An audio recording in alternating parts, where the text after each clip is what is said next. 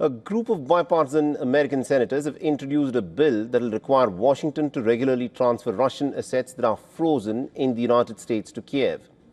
The bill calls for amendment to laws that were signed by former President Joe Biden, and these laws allow the U.S. government to seize Russian frozen assets and to provide military assistance to Ukraine.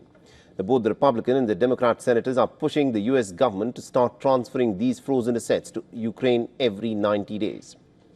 Now, the bill also calls for implementing a sustained diplomatic campaign to convince U.S. allies to start using at least about 5% of the frozen Russian assets in Ukraine's interests. In addition, the senators want Washington to report on the amount of Russian sovereign assets, including the frozen assets held outside the United States.